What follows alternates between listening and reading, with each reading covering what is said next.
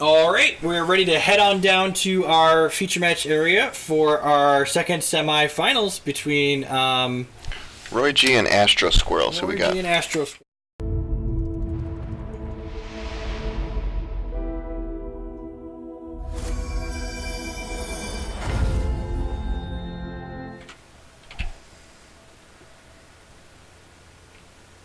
Alrighty, so we have RoyG on Zorath on the top of our screens here, and we have AstroSquirrel playing a Blood Sapphire Dreaming Fox control deck on the bottom. Yeah, pretty interesting here. I really liked AstroSquirrel's deck. We had him on camera a couple times, and I really like just the card selection is really good. I think we saw. So the two times we had AstroSquirrel on camera today were actually just only two losses in the tournament so far. But they were both against Lasgar's Vengeance deck. So I think if you're looking for like a deck moving forward that could like be powerful and be doing interesting things, this Blood Sapphire Dreaming Fox deck seems like it could very easily fit that bill. Yeah, certainly a good start. That being said, we see one of the more powerful cards in this matchup come down from RoyG in the second turn of the game. Zenthos Malice. Just going to generate advantage along not only with RoyG's champion power, but also just on its own putting eggs into their deck. Yeah, RoyG with the most powerful 2-drop, probably in their deck, I think. We found our second Sapphire? And we get to Into the Unknown with this Malice. Very good. Not only does this turn the Malice that's been returned to Roy's hand into something else, but all the other Malices are gone out of Roy's deck. So that's just not an avenue attack that's going to be available anymore. Perfect. Alrighty, so RoyG going to go ahead and play an Exarch of the Egg down here. How do we feel about playing Exarch on 3 versus the Bride of the Damned? We watched Roy play earlier, and I think just wants to get full value out of the Bride, like if there's Thunderfield Seers and stuff like that. Just try and make sure that you get a troop out of it. Yeah. That makes sense. Yeah.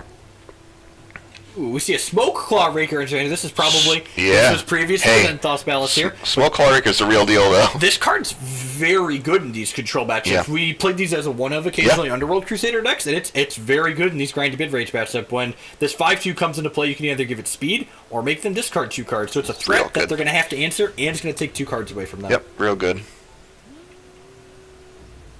Ugh. Bride getting Hero Fold. So the brides are all gone. The Zenthos Malices are all gone. Yes.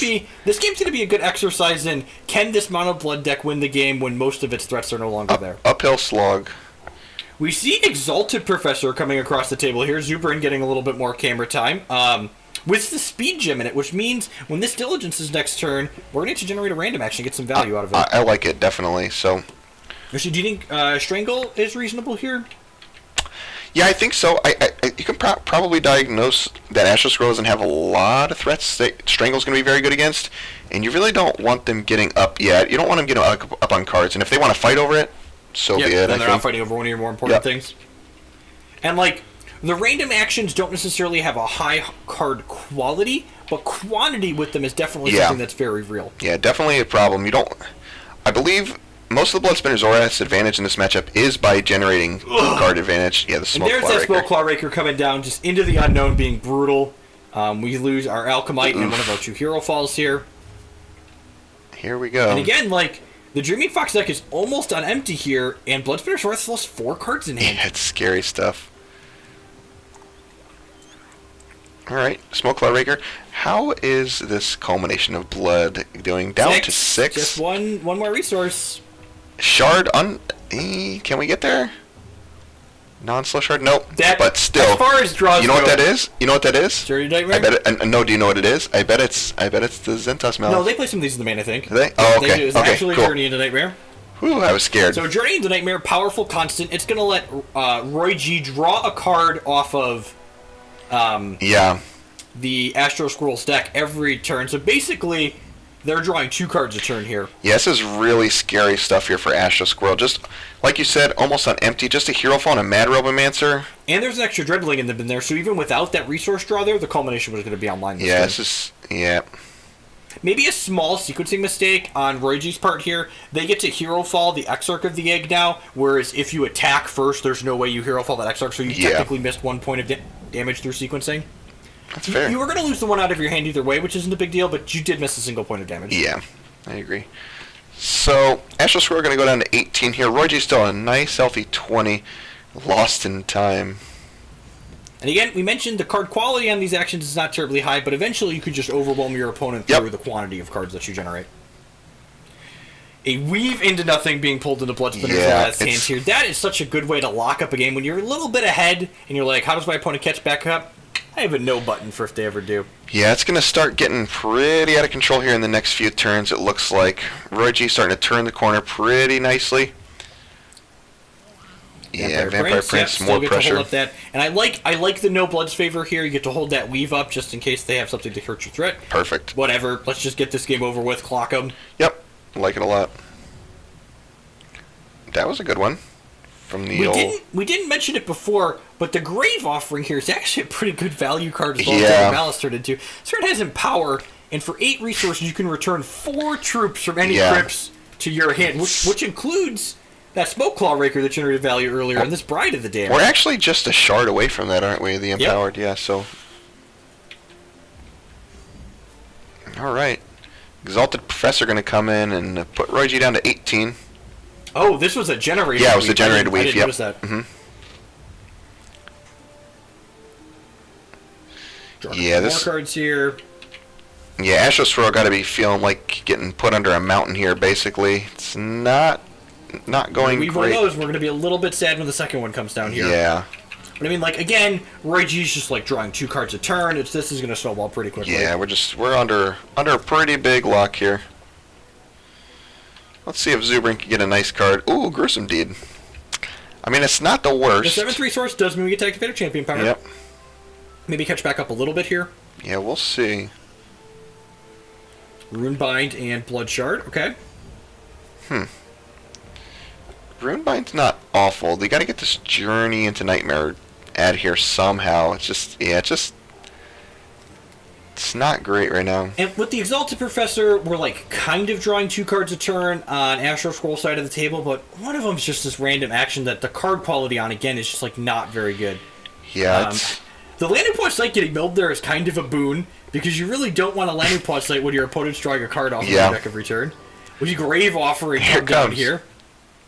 Targeting cards in both players' crypts. Get a Mad Robomancer. I like it a lot. Because we drew a Sapphire Threshold off of AstroSquirrel's deck, so we can cast this Mad Robomancer. Real big fan. That's classy. I like it.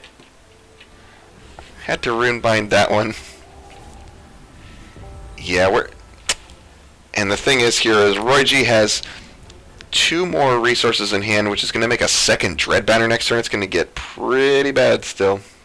And your Exalted Professor can't keep attacking now because you know they're going to trade the Thunderfields here for...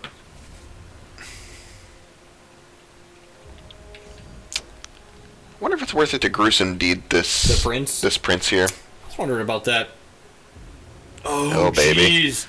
We rebound the Grave Offering, which then reverts it and turns it.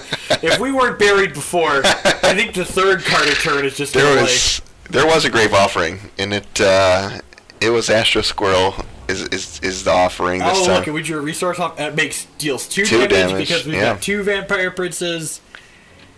We get to cycle this coin to continue nickel and diming them. Oh, that's Prophecy. Oh, it's Prophecy. Oh, we missed the point of damage because we do have the Prophecy.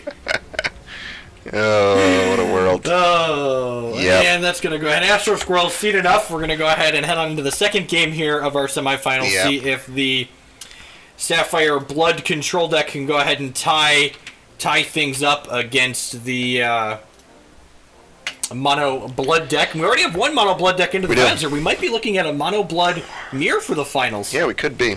It's certainly looking strong. AstroSquirrel at the bottom here yet again, and we have a very reasonable 7 here. I think Alchemite's actually one of the better cards in this matchup. It allows them to kind of grind and generate card advantage by drawing a card every time it attacks. Yeah, it could be good here. So RoyG's hand's actually pretty good too. We have the Primordial Cockatrice, Blood's Favor, and a pair of Hero Falls. I'm really excited to see Primordial Cockatrice seeing more play. I think that card's very good, and like all these blood decks have been playing, and I think that people are finally realizing just how good the consistency of a card like that is, as opposed to just like playing a bunch of culminations. Sure, it's very good. Does things in the early game, and then the late game, it's just a nice 4/6. The second Thunderfield Seer here is actually a pretty good draw. It puts like these mediocre beats on the table while also just like generating some card advantage down the line. Interesting the extra Vegas on the deck. I suppose we did see Exalted Professor, right? So that yeah. makes sense. And that weave is pretty. That's a good one. I bet we're weaving most things into nothing next turn, except it's such a problem. The Cockatrice. You can't weave Cockatrice into nothing. Cockatrice refuses to go. Yeah, the Cockatrice is. This is such boy. It's a kick in the gut, right? Like it hurts. You're like I've got answers to whatever my opponent could do, and then they put a Cockatrice trigger on the stack. Yeah, here I am. Like, well, I thought I had answers to everything they could do. Turns out I was wrong. Yeah, AstroSquirrel already looking like in a bunch of trouble here. Just on the 4th turn of the game, another Cockatrice. You're just like snapping this, right? Yeah. Oh yeah. Put him in the. We've got this. Weave draws 2 cards, but does that matter? The problem is if it's not going to be enough. I don't think. I don't know. It could be. It's tough because AstroSquirrel wants to draw some of their more powerful cards, but in order to play their more powerful cards, they also need to draw more resources. Yeah. I assume, if I was right here, I am trying to discard the final card from their hand with the Blood's Favor. Yeah, I think so. Yeah, and then AstroSquirrel correctly identifies that they're probably going to make the discard and just snaps the weave into nothing here. Yeah, Vampire Prince makes us land up on sight. The AstroSquirrel drew. Yep, just really awkward. Super embarrassing. Now we get to put the foot on the gas here and come crashing into AstroSquirrel. AstroSquirrel draws. We talked about Dream Call being awkward earlier. Maybe they knew that this mirror was just going to be this finals was just going to be a bunch of Vampire Prince. They had the next level tech. Yeah, it's really scary here. So AstroSquirrel's at 24 and facing down a pretty good board. Another Vampire Prince comes off the top for RoyG. Prophesize Shard? That'd be incredible. Oh boy. This is going to deal a pair of damage. And draw a card because it doesn't revert it. Oh boy. And we drew another coin. Yeah, this is not pretty. Into the Unknown is good, but not a clean. It's not even that good, right? Like it's not a clean answer at this point. Not doing much. It's going to turn the Vampire Prince into a different problem card, most likely. Yeah. Psychic Ascension. You know what cards have been worse than everything else today? Psychic Ascension and Culmination in Blood have just they've been real stinky. So now Roy gets to put Astro down to 15 with the coin. Man, was this another grave offering from the? Boy, oh boy. It's gotta feel really bad. Into the Unknown. Pair of Hero Falls. Yeah, you gotta start blocking at some point here. It's not great. And Desperation blocks here. This tells me that AstroSquirrel must have Massacres in their deck that they're drawing to. Yeah. That's what that block would say to me, because the only reason to get my blocks in early like that, especially when I can play a 4-power troop, is if you have a sweeper. Have a couple draws out of here. Gonna make an Oracle Song with Dreaming Fox. Gonna jam that down. Looking for Massacre. No, Runebind. Lots of trouble here.